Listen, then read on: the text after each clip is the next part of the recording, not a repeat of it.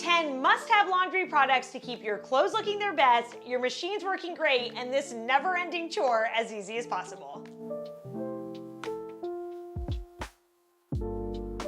If I asked you what is the one chore that you feel like you are always doing, there'd probably be several, but on that list would for sure be the laundry because it is a vicious non-stop cycle. We are always wearing and dirtying clothing, and so it's here to stay. However, I have found that with the right products and tools, this isn't all that bad, and we really can work efficiently and effectively in this space. So today I am covering my top 10 favorites that are gonna help your clothes look their best, your machines run efficiently, and just make the whole process as painless as possible.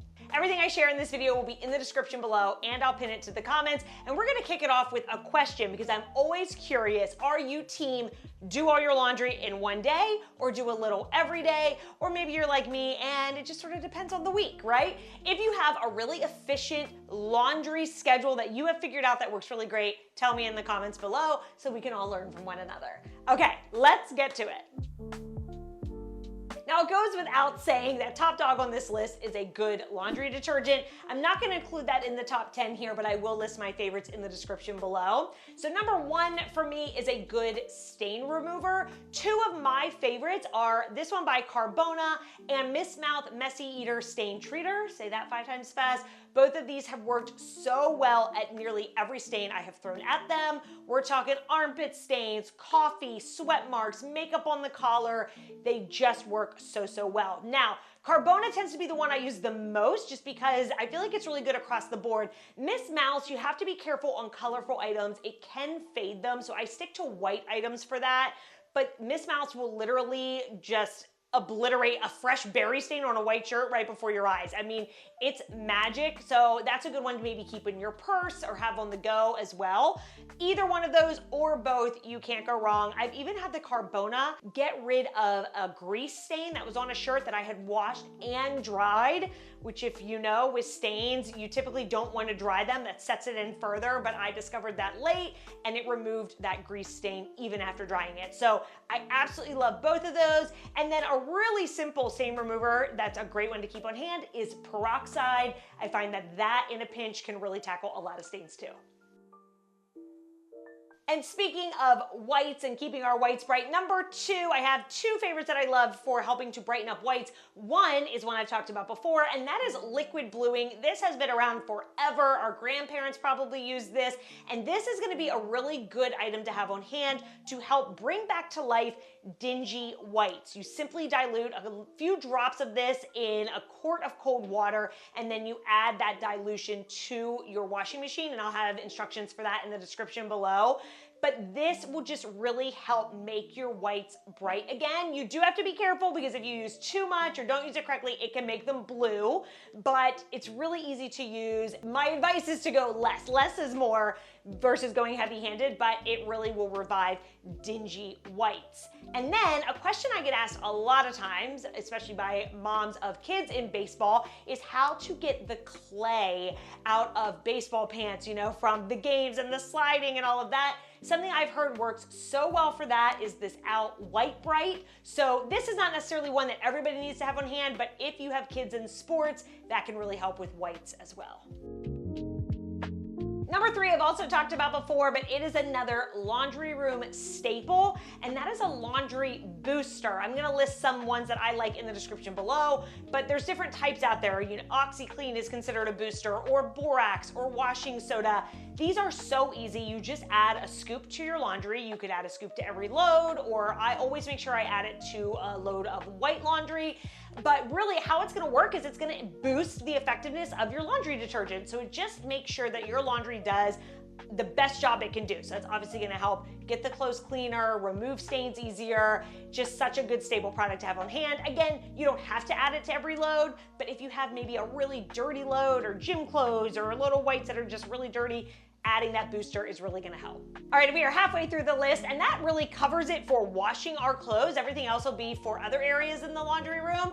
But really, just a few simple things are all you need when it comes to washing. A good detergent, a good stain remover, some boosters, maybe peroxide and vinegar, and then that's it. I find personally that you don't need the scent beads, you don't need the fabric softener and the dryer sheets. I think they just need to build up over time anyway. Now listen, if you use them and love them, no shame at all. Do what works for you and your family. But if you're ever looking to cut back on some chemicals or cut some costs, those are a couple areas that I think you can ditch, and over time, you won't even miss them. Now, if you've been following along for some time, then you know there are two things that you will never see on my laundry must-have list, and that is fabric softener and dryer sheets. Honestly, I don't think you need them. They are filled with harsh chemicals that coat our clothing, sit against our skin, and get absorbed all day. We're breathing in the fragrances from them. Honestly, they are not needed. I have not used these in years, and I don't miss them one bit. And there are alternatives to them, which I would recommend that you use instead. So that leads us to number 4 and 5. Number 4 is going to be our alternative to fabric softener, and that is good old-fashioned vinegar. Now, I don't use this every wash, but you could if you wanted, but I don't even use a fabric softener, and honestly, I don't miss it. But if you felt like you wanted to use a fabric softener, you can just add a little vinegar to the softener compartment of your washing machine if you wanted. Honestly, vinegar is a good one to keep on hand anyways, because it has a ton of uses around the home in cleaning. So that's number 4. And then number 5 is our replacement to dryer sheets. And that is, I'm sure you've heard by now, dryer balls. Now, these are maybe not gonna give the scent that a dryer sheet gives, and I know a lot of people love that aspect, but it is gonna help cut down on the static. Again, I don't think I've used dryer sheets since college, which was a very, very long time ago, let me just tell you, and I have not missed them at all. Couple dryer balls in there, you get used to them. They really help cut down on drying time and static. They're so affordable and they last forever. You'll start to know when they need to be replaced. They'll start to really fray and look super worn, but it takes a long time for that to happen. So they're cost effective, they're better for you, better for the environment. I just am a huge fan of dryer balls. So if you've been wanting to make the swap, now is your time. Now, it's important to clean the things that do the cleaning. So number 7 are these washing machine tablets that you toss in 1 to 2 times a month, and it cleans the washing machine, which is important to do to keep it working its best. Now, there's a couple different brands. I will link some of my favorites in the description below, but I like to get into the habit of doing this maybe the 1st of every month, or the 1st and the 15th, or the 1st, and then if you smell odors, drop another one in throughout the month. But they're super easy. You simply drop the tablet in the drum, run a cycle. So many machines nowadays have the setting that says clean the washing machine, so you would just do that setting. If yours doesn't have it, just do a regular cycle with hot water. But it's probably one of the easiest cleaning things that we can do around our home. So if you get in the habit of doing this, it's just gonna help your machine perform its best. And speaking of cleaning, it's obviously very important to clean out the lint in our dryer. So number 8 are 2 tools that I like for this. The first is an attachment that you stick on the end of a vacuum. This is for the lint trap area. You remove the trap, obviously clean that out. I like to clean this in the sink with soap and water, maybe 1 to 2 times a year. Water should flow through that, by the way. If you use dryer sheets, there might be a buildup or a coating on there that you'll wanna use some soap and water and a brush to scrub off. So that's important to do every now and then. But then this attachment that goes on the vacuum, you sort of snake through there and it'll get what you can't grab with your hand. And then this other tool attaches to a drill, and it is a brush that is going to spin through the hose that goes from your dryer out of the house. And this has attachments that you can add. It goes up to 30 feet. So depending on how long or small yours is, you'll need more or less, but it's super easy. And if you've never done this, it is probably gonna be pretty satisfying because you're gonna see a lot of lint everywhere. And again, this isn't one you do all the time, maybe spring cleaning and fall cleaning, but a good one to do every now and then just to ensure there isn't a big buildup of lint. And speaking of lint, number 9 is this magnetic lint bin that sticks to the side of your washer or dryer. Now, this might not be needed for everybody, but for us, we don't have room for a trash can in our laundry room, and we're sort of far away from other rooms that have a trash can. So rather than every single time we get lint out of the dryer having to walk it to a trash can to throw away, we just toss it right in here. Once enough builds up in here, then we throw all of it away. So not necessary for maybe everybody, but if your laundry room is like ours and you don't have a trash can nearby, it really is a good solution.